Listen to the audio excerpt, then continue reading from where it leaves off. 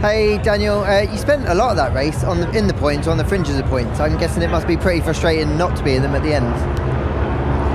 Yeah, I mean, we obviously started there and was able to get Albon, I think, at the start. And then it was a bit of a mess with Alonso and Lewis.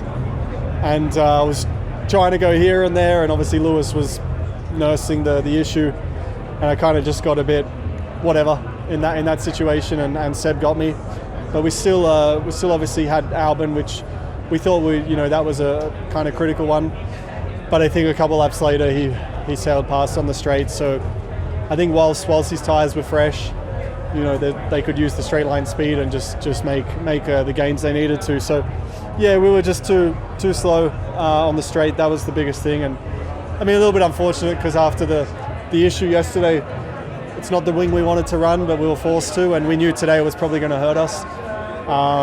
So then, yeah, just thinking clear air, we were quicker, but we never had clear air because if I didn't have a slipstream, someone would pass me, and if I was right behind someone, even with DRS, we couldn't make an overtake. So pretty long old day.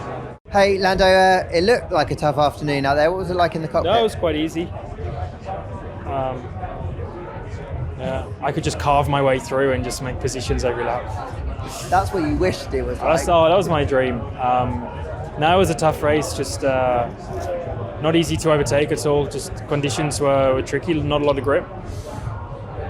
So like just getting a good run out of one and preparing a good overtake was pretty much impossible. So yeah, it was tough, but we tried. I think P12. I mean, there's nothing to be proud of, I guess. I think we did the best job we could, so we have to be happy with that. But the pace was just a long way off from where we need to be, so made it tough. Might it be a little bit circuit specific around here, do you think? Because Zandvoort's a different place. I'm not sure. A little bit.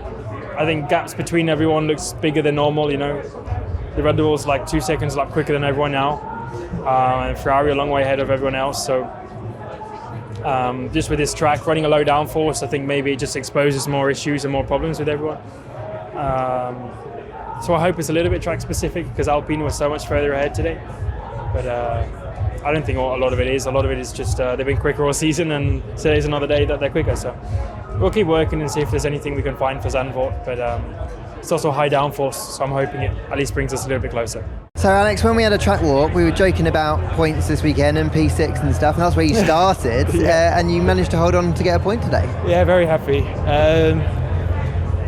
I mean, we didn't get the greatest start, but then after that, I could tell very quickly it was going to be a tough one. I was asking when do we need to pit because we were struggling out there today.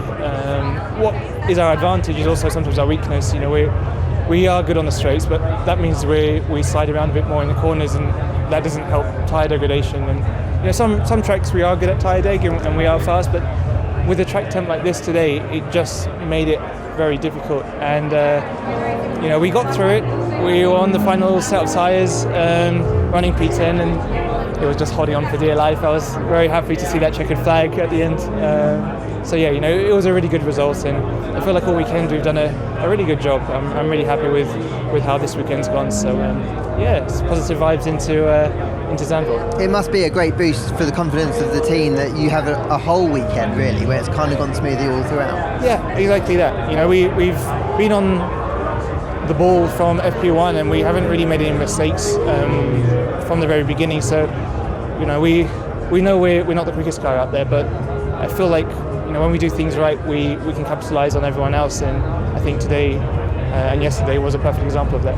Hey Pierre, I'm guessing when your car was getting pushed back off the grid, you might have thought points were going to be a long shot today. Is that how you feeling? Well, I thought, not to lie, 2 minutes before the race start, I thought I was never going to take this participate to this race. So I was a bit fuming inside the helmet, and somehow the car just became alive again, like 1 minute 30 before the race start, and started from the pit lane. Obviously with quite a lot of smoke inside the helmet, but I tried to stay focused, and as you said, we didn't expect to make such a comeback, so just tried to stay composed and execute the best race I could. We made the right calls, we had pretty good pace, and we managed to come back in the top 10. So I think it's pretty incredible for us. A lot of teams were struggling with the tyres in these conditions, whereas you guys, especially you were going long as well. It seemed to work out. I mean the first two stints were extremely hard. Because I was stuck in traffic and I was quite vocal in the way that I wanted to pit early and undercut, because I could see I was sliding and losing a lot of lap time. And that's what we did. And don't know how many cars we undercut the whole race, but it was clearly the way to go. And I just had to manage the last stint, which wasn't easy, but definitely paid off. So from the pit lane to get these 2 points on my 100th race feels pretty good.